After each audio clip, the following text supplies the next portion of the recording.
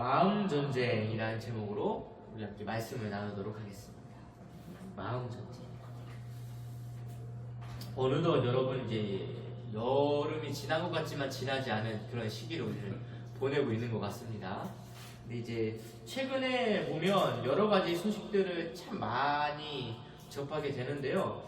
여러분 그 중에 이런 이야기들 한번 들어보셨을 것 같아요. 바로 관세 전쟁 이런 말 들어보셨죠? 그러니까 국제적인 관계와 교류가 중요한 이제 글로벌 시대, 글로벌 사회를 살아가는 만큼 관세는 이제 중요한 위치를 차지하고 있습니다. 심지어 전쟁이라는 표현을 사용할 만큼 관세는 세계 경제에 있어서는 이제 중요한 부분인 것이죠. 물론 실제로 전쟁을 겪고 있는 그런 심각한 피해와 어려움들 속에 있는 나라들도 있는 것은 사실이지만 관세에 있어서 전쟁이라는 표현을 사용한 것은 아마 실제 전쟁만큼이나 큰 영향을 주기 때문입니다. 그래서 많은 경제 전문가, 경제 활동을 해야 할 기업들은 이 관세에 집중할 수밖에 이제 없는 거죠. 이것이 곧 자신들의 사업 생계, 사업 유지에 직결되기 때문에 그렇습니다. 그래서 이제 더 많이 이제 사람들 앞에 거론되고 화두가 되어 소식들이 우리에게까지 들려오는 것 같아요. 그런 면에서 또한 그리스도인들에게 있어서도 우리의 삶이 전쟁이라고 말할 수 있겠습니다. 사도 바울 역시 우리는 전신갑주를 입어서 영적 전쟁에서 승리해야 하는 군사로 표현하고 있죠. 그리고 주님께서도 우리가 이 땅에서 악한 자들, 공중권세 잡은 자들과 싸워야 한다라고 분명하게 기억하고 계시고, 심지어 제자들에게는 너희를 어린 양 1위 가운데로 보낸것 같이 너희를 보낸다 라고 말씀하셨어요. 그런데 우리가 삶을 살아가고 그리스도인으로서의 삶을 이렇게 계속 유지해 가다 보면 이 가장 심각한 그 영적 전쟁을 항상 간과하기 마련입니다. 가장 우리가 쉽게 잃어버리는 개념 중에 하나인 것 같아요. 그런 면에서 우리는 오늘 본문을 통해 그 솔로몬의 마음을 좀 보려고 합니다. 무역이나 국제 관계나 나라의 모든 것에 있어서 솔로몬 시대에 사실 솔로몬은 승리한 삶이라고 할 수 있어요. 그렇지만 이 마음 전쟁이 패배해서 하나님을 떠나버린 이 모습을 통해 우리가 주님의 음성을 듣고 하나님의 마음을 아는 시간이 되시기를 소망합니다. 우리가 첫 번째로 마음 전쟁에 있어서 봐야 될 건 무엇이냐면요, 마음을 위한 명령이 있었다는 거예요. 마음을 위한 명령. 오늘 본문은 솔로몬이 하나님을 떠나는 일입니다. 곧 솔로몬 시대의 패망을 나타낼 뿐만 아니라 더 나아가 이것이 이스라엘이 궁극적으로 멸망하게 되는 원인을 알려주는 대목이기도 하거든요. 우리가 앞서 보았던 것처럼 그 솔로몬에게 주어진 그 모든 부귀영화는 누가 주신 것입니까? 하나님이 줬다고 했어요. 그래서 이 부귀영화로 인해 솔로몬이 부하게 되는데, 하나님으로부터.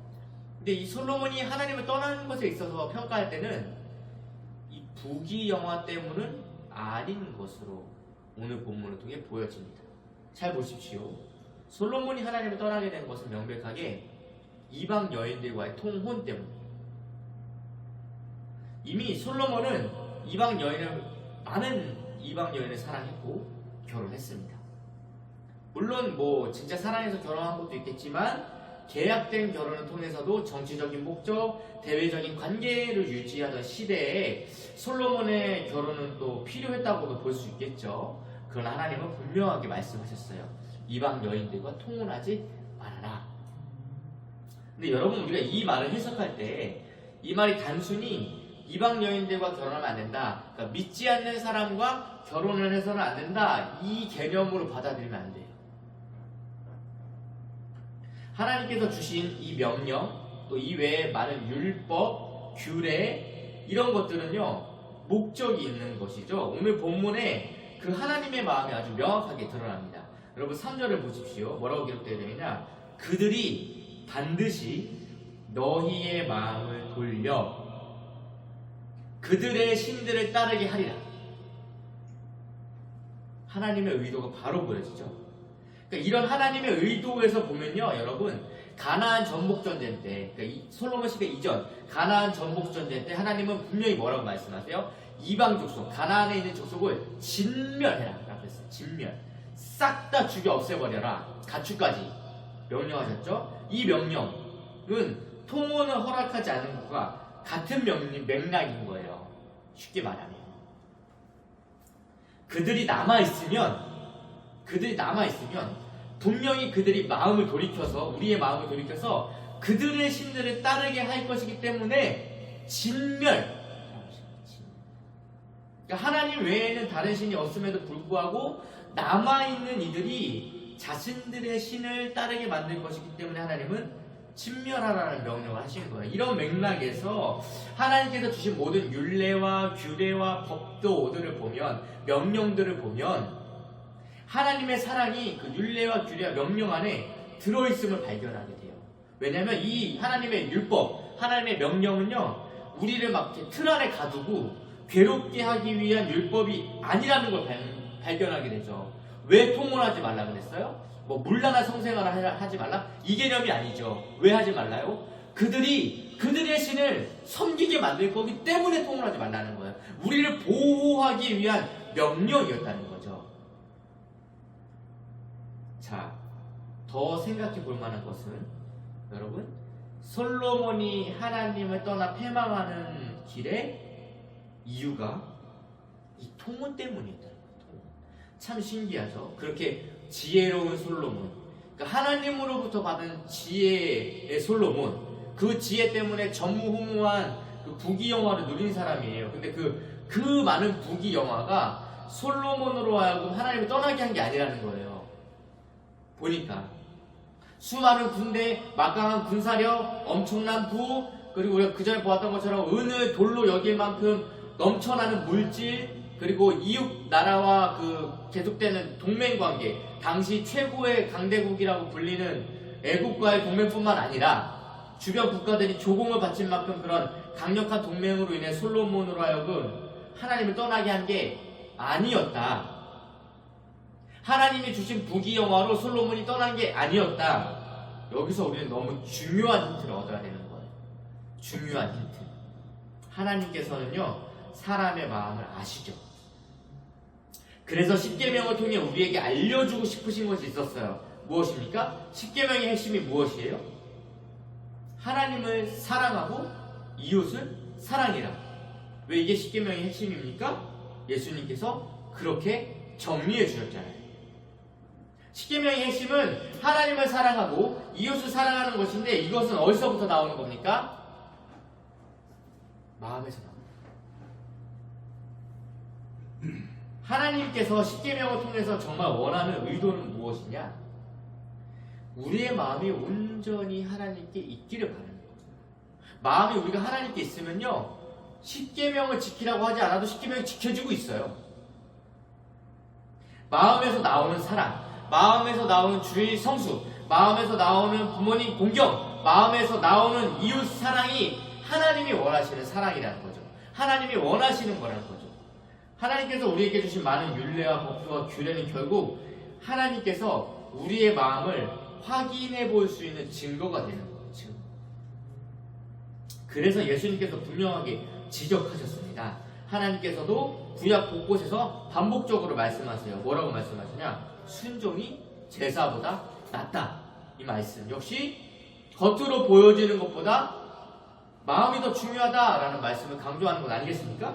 또 어떤 말씀이 있어요? 예수님 시대에 가난한 과부가 낸 두 렙돈, 무엇입니까? 보여지는 많은 헌금보다 전부를 드린 그 마음이 진짜 헌금이다. 이 얘기를 가르쳐 주시는 거 아니겠습니까? 즉 하나님께서 우리에게 명령하실 때 이 근본적인 목적이 있는데, 그 근본적인 목적은 뭐냐면 우리의 마음을 위해서 명령하신다는 거예요. 그러니까 너네 행동을 고쳐야 돼, 이런 수준의 명령이 아니라는 겁니다. 우리를 그냥 괴롭게 하기 위해서 주의 성수를 막 강조하시고 11조를 요구하시고 헌신과 봉사를 해야 한다라고 가르치는 게 아니세요. 주님은 언제나 무엇을 보고 싶어 하시냐? 우리의 마음을 보고 싶어 하십니다. 솔로몬에게도 마찬가지였던 거예요. 오늘 솔로몬에게도 마찬가지입니다. 왜 통혼하지 말라고? 그들이 너를 돌이켜서 이방신을 섬기게 할 거기 때문에 그래.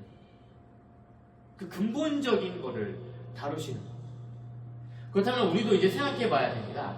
단순히 하나님의 명령, 하나님의 말씀이 그러면 우리도 지금 믿지 않는 사람과 결혼하면 안 되나? 이렇게 질문으로 가서는 안 된다는 거예요. 뭐라고 가야 되죠? 하나님께서 이방 여인들과의 통혼을 막으신 궁극적인 이유, 그들의 마음을 돌이켜서 자신들의 신을 섬기게 할 것이기 때문이네 라고 말씀하셨잖아요. 이걸 지금 우리 시대로 끌고 오면 결혼뿐만이 아니라 우리의 삶의 많은 것들 중에 우리의 마음을 돌이켜서 하나님을 떠나가도록 만드는 것, 하나님을 돌이키도록 만든 모든 것을 거부해야 돼요. 통혼하지 말아야 돼요. 가지고 있어서도 안 되고 품어서도 안 돼요. 이해가 되십니까? 그런데 문제는 무엇이냐? 이것이 정말 쉽지 않다. 이게 정말 쉽지 않다. 여러분, 우리 마음이 우리가 생각하는 것만큼 그렇게 쉽게 통제되거나 관리되는 부분이 아니라는 거예요. 마음을 지켜야 한다는 것은 알지만 그것이 참 쉽지 않죠. 여러분, 잘 생각해 보세요. 사람은 참 신기합니다. 이렇게 무더운 여름을 우리가 지내고 있는데도 여러분 조금 지나서 그 가을이 느껴지는 바람을 탁 맞잖아요, 우리가? 그럼 신기하게 마음이 싹 돌아서요. 우리의 마음이 그 가을을 느끼게 하는 바람만으로도 막 가을을 떠올리게 되고 막 갑자기 막 고독의 계절, 막 독서의 계절 이런 것들을 떠오르게 하고 내가 그렇게 컨트롤한 게 아닌데 그냥 그런 바람이 불어온 것만으로도 우리 마음이 막 갑자기 막 싱숭생숭해진다는 거예요. 여러분 경험해 보시지 않으셨어요? 그런데 나는 마음을 관리할 수 있어. 가능합니까 이게?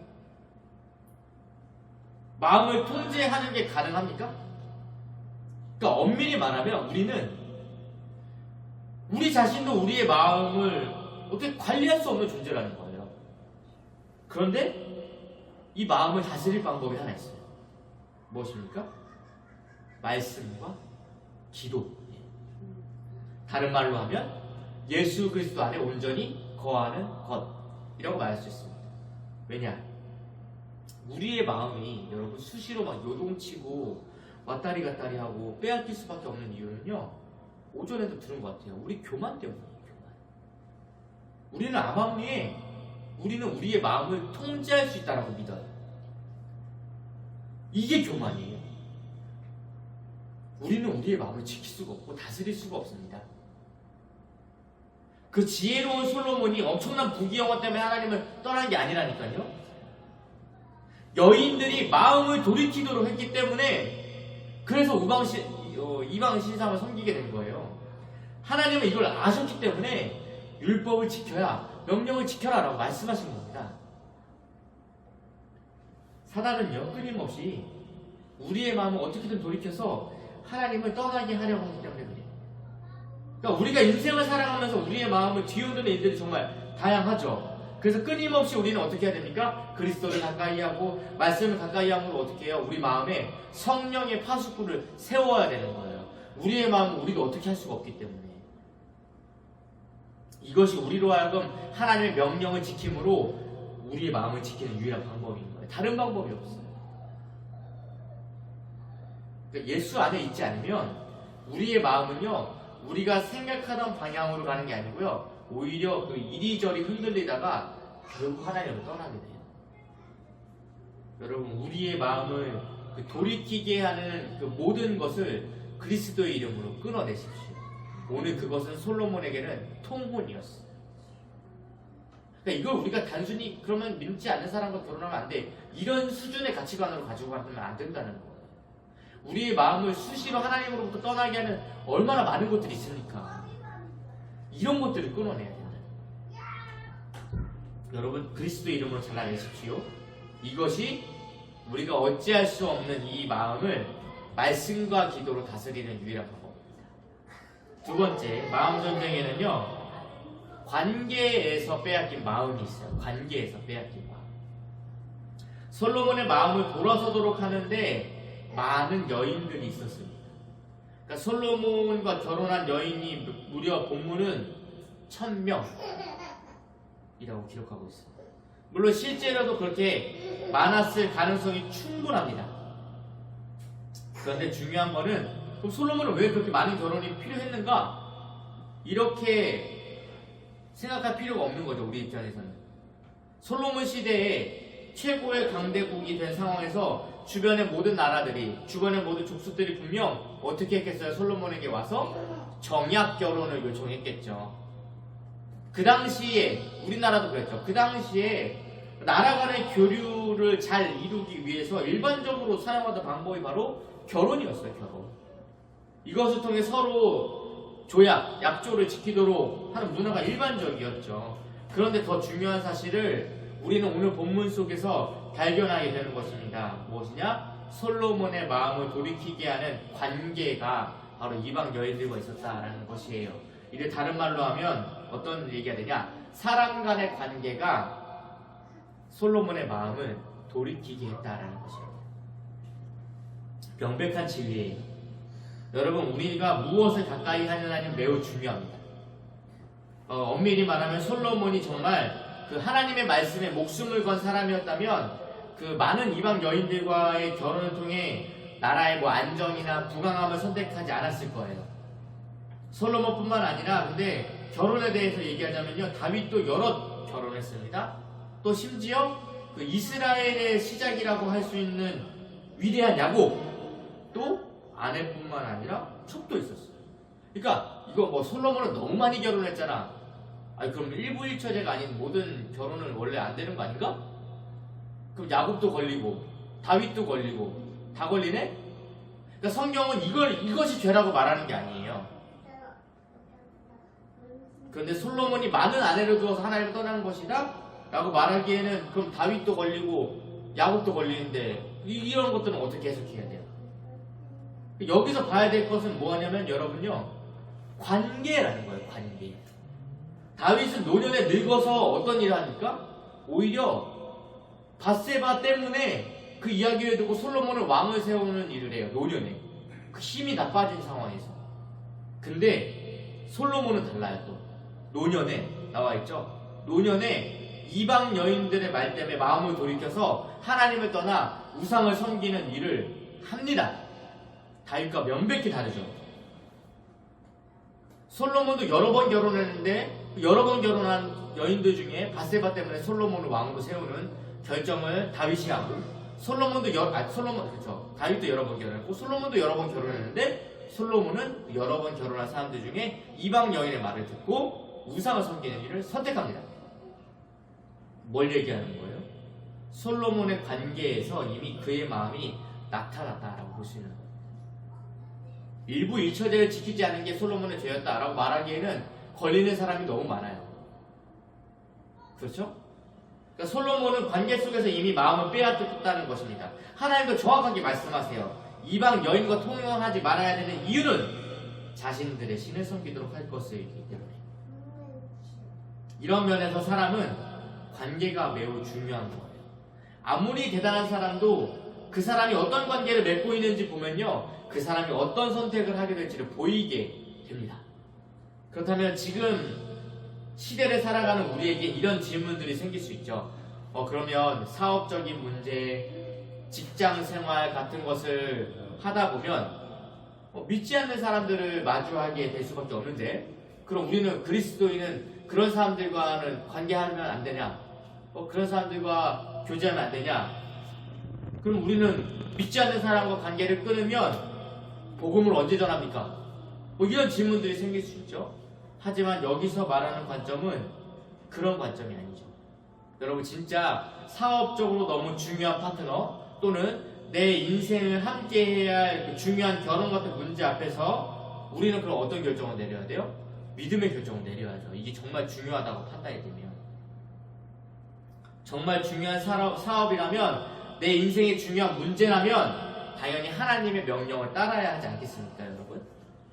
그러니까 솔로몬이 정말 나에게 주신 이 부가 하나님으로부터 왔다는 것을 확신했다면 많은 이방 여인들과의 결혼을 통해서 조약을 맺지 않았겠죠. 왜냐, 그걸 하지 않아도 하나님은 나에게 부와 평안을 주실 것이기 때문에 하나님의 방법으로. 근데 정말 하나님께서 축복하시는 사업이라면 굳이 파트너가 필요하지 않겠죠. 하나님께서 하나님의 방법으로 하나님의 일을 행하실 것이기 때문에 그렇습니다. 이것을 믿는다면 뭐 사업적 안정성과 뭐 도약을 위해 믿지 않는 사람들과 협약을 맺을 이유가 없죠. 여러분, 이거 왜 중요한지 아시죠? 믿지 않는 이들과 협약을 맺으면요, 결정적일 때, 믿음의 결정을 내려야 돼, 이럴 때 사업을요, 어떻게 해요? 그 사람들은요, 세상적 가치관 기준으로 사업을 결정하고 의사결정을 내리기 때문에 안 되는 거예요. 그래서 관계가 너무 중요한 겁니다. 여기서 말하는 이 관계는요, 그냥 일반적으로 와서 뭐 거래하고 먹고 사고 가는 그런 이런 관계를 말하는 게 아니에요. 우리 이런 사람들을 보고 우리가 저 사람과 관계한다라고 하지 않아요. 그냥 거래할 뿐이죠. 거래. 주고받을 뿐이에요. 여기에 뭐 어떤 우리가 영향력을 주고받고 이러지 않잖아요. 근데 관계는 다른 개념이잖아요. 우리에게 영향을 주는 연결성을 관계라고 하는 거죠. 그렇기 때문에 우리가 어떤 사람들과 함께 교제하고 관계하는 것은 너무 중요한 겁니다. 특히 결혼 같은 문제, 중요한 사업적 파트너, 이런 더더욱 중요한 관계라고 볼 수 있죠. 그러니까 솔로몬이 하나님으로부터 마음을 돌이키도록 만든 핵심은요, 이 관계예요. 잘 생각해 보십시오. 만약 사단이 솔로몬에게 직접 와가지고 우상을 섬기도록 유혹했다고 해봅시다. 과연 솔로몬이 넘어갔을까? 하나님으로부터 온 지혜를 받은 솔로몬인데 거기에 넘어갔겠다? 넘어가지 않았겠죠. 그런데 누가 요구하니까? 사랑하는 여인이 요구하니까 넘어가는 거예요. 왜요? 관계 때문이죠. 사랑하는 여인 때문에 넘어간 사람 또 있죠? 삼손. 보이지 않습니까?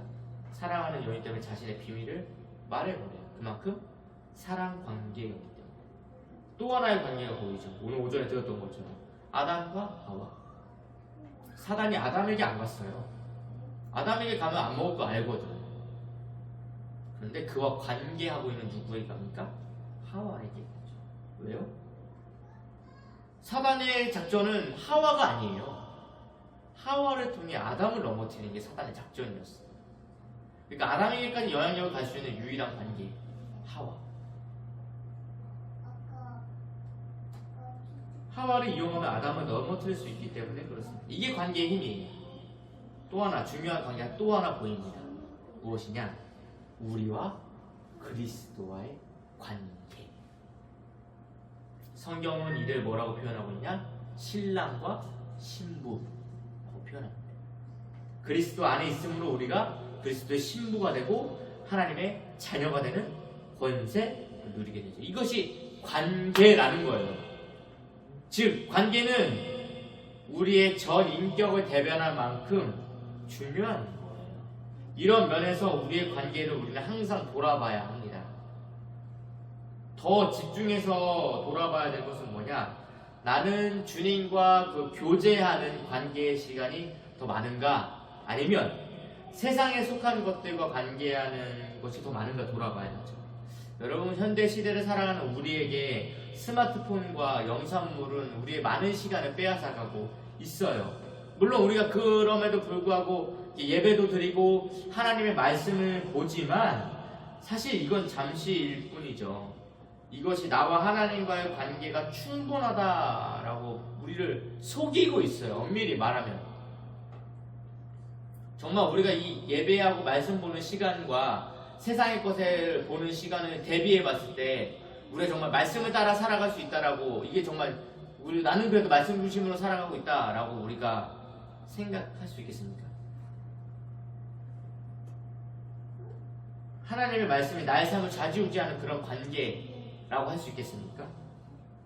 근데 생각해보면 그래요. 어쩌면 우리는요, 우리의 마음이 말씀을 볼 때 막 뜨거워지거나 막 단단해지거나 이런 게 아니라 오히려 우리의 마음은요, 말씀보다도요, 만약에 뉴스 특보, 세상 정보 뜨면은 오히려 우리의 마음이 들뜨고 막 오락가락하고 싱숭생숭 하고 있지 않습니까? 이것이 뭐랑 똑같으냐? 솔로몬이 많은 이방 여인들에게 마음을 빼앗겨가지고 이방신에 섬기도록 하나님을 떠난 것과 다를 바 없는 거예요. 성도 여러분, 우리의 마음은 우리가 관계하고 있는 그 어떤 것에 영향을 받고 있어요. 그래서 성경은 끊임없이 우리에게 말씀과 기도로 거룩해지라고 말하고 마음을 지키라고 말하고 전신갑주를 입어야 한다라고 가르치고 있는 것입니다. 그러니까 성령의 충만함을 입으면 입을수록 여러분 우리는 어떻게 해야 되냐? 세상 정보가 아니라 하나님께 나아가도록 성령께서 우리를 만드세요. 자꾸 마치 우리를 세상과 단절시키는 것 같은 느낌까지 주는 정도로 우리가 성령을 더욱 찾으면 찾을수록 성령께서는요 막 온라인을 찾아보고 뭐 동영상을 찾아보고 정보를 찾아보고가 아니라 계속 말씀 앞에 나아가도록 하게 하신다는 거예요. 그 이유가 무엇입니까? 우리의 마음이 이 관계를 통해 움직여지기 때문에 그렇습니다. 간절히 바라기는 여러분 하나님과의 관계가 날마다 더 깊어지기를 소망합니다. 우리가 마음이 그냥 왔다 갔다 하는 게 아니에요. 우리가 관계하고 있는 이 어떤 것에 영향을 받고 있기 때문에 그렇습니다. 세 번째로는 마음에서 행동이 나오기 때문에 그래요. 마음에서 행동이 나옵니다.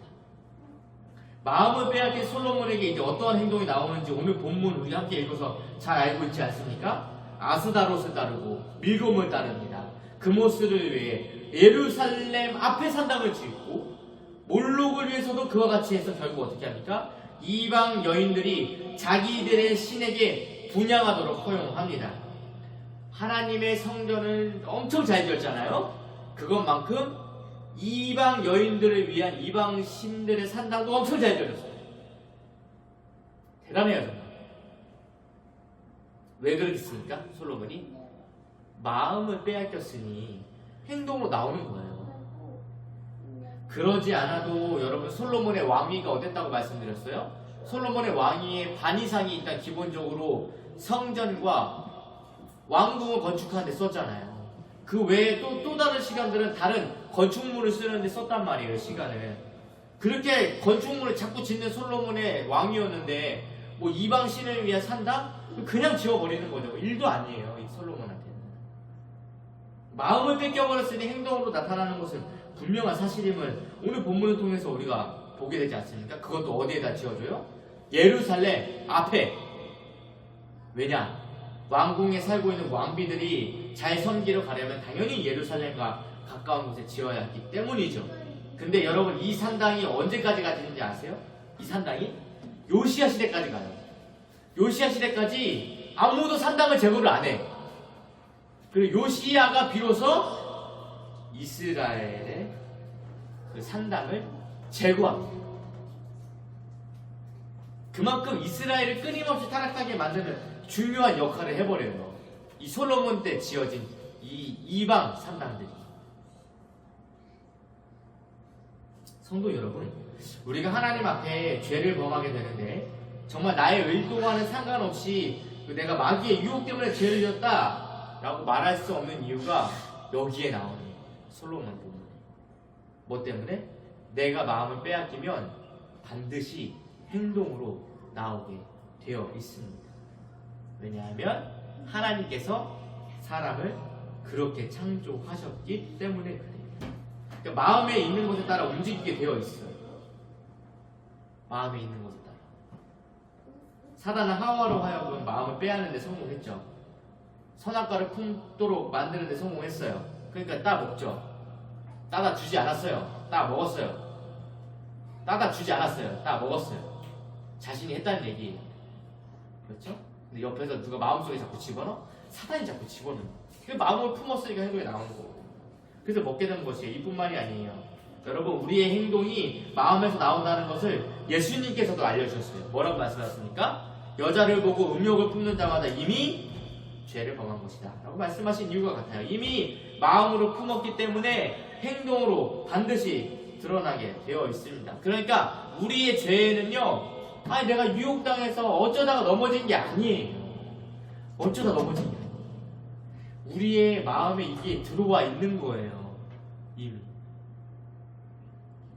그렇기 때문에 성경은 항상 우리에게 뭐하냐? 뭐라고 얘기하냐? 마음을 다하고 뜻을 다하여 주 너의 하나님을 사랑해라 라고 하는 겁니다. 그러니까 주님을 우리의 마음에 모셔야 된다라는 이 말은 뭐냐? 결국 우리의 행동이 이 마음에서 나오기 때문에 그렇다 라는 걸 알려주고 있어요. 이를 다른 말로 하면 이렇게 표현하는 거죠. 그리스도의 영으로 가득 채워야 된다. 또 다른 말로 하면 성령으로 충만해져야 된다. 이 말이요, 우리의 마음에 있는 것들이 하나님의 것으로 가득 차게 해야 된다는 것과 일맥상통한 겁니다. 그런데 이 마음에 다른 것이 있으면 거기에 따라서 행동이 나오게 되어 있다는 것이죠. 가룟 유다를 보십시오. 가룟 유다. 하와에게 있던 것과 똑같아요. 가룟 유다. 가룟 유다, 사단이 그 마음에, 그 생각에 어떻게 했다? 예수를 팔 생각을 넣으니 어떻게요? 그대로 행동하잖아요. 그랬어요. 예수를 팔 생각에 넣었다고 성경이 그렇게 기록하고 있어요. 즉, 우리의 마음과 생각을 끊임없이 공격한다는 거예요, 사단이. 당장 막 행동으로 뭐 음란한 장소에 가게 한다? 사기를 치게 한다? 아니요. 마음으로 들어온다니까요. 생각으로 들어온다니까요. 다른 곳이 전쟁터가 아니에요. 우리의 마음과 생각이 영적 전쟁터입니다.